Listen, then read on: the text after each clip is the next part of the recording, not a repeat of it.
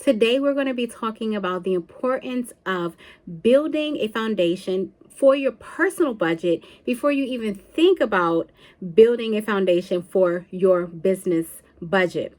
Hey, Authentic Therapists, it's Keisha here, the founder of Peaceful Mental Health Counseling Services, which is a group practice based out of New York. Also, the founder and owner of Authentic Profitable Practice, where we help therapists like you start from the ground up to build a successful and profitable practice. One of the things that I realized that a lot of people think that they need to do is, okay, let me just figure out like how much money I want to make for this business and what type of services or products I need to be able to provide or to sell in order to reach this particular amount. That is all fine and dandy. It's perfectly okay. But answer this question. What difference will it make at the end of the day if you have a certain amount coming in from your business if it's not able to pay off things that you have personally? Now, these things could be putting money into your savings account. It could be paying for health insurance. It could be paying your car note. It could be paying your rent or your mortgage. You have to look at those things first. We cannot do what many people do, which is the opposite of what you should be doing, which looks like this. I want to come up with a specific amount of money that I want to make per year, and then I'm just going to go with the flow, and whatever money comes in, that's just what comes in.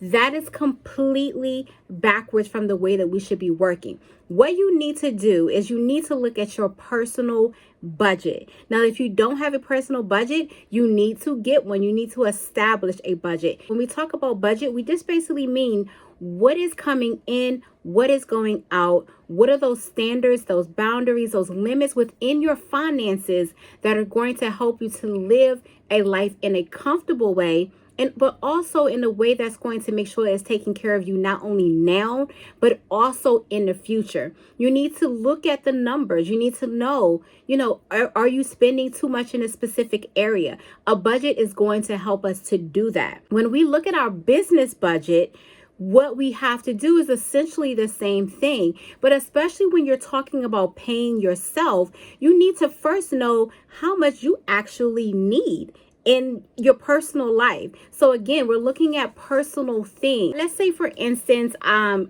just say that I want to make $100,000 per year. What if I go into my personal finances and then I start to look at certain things?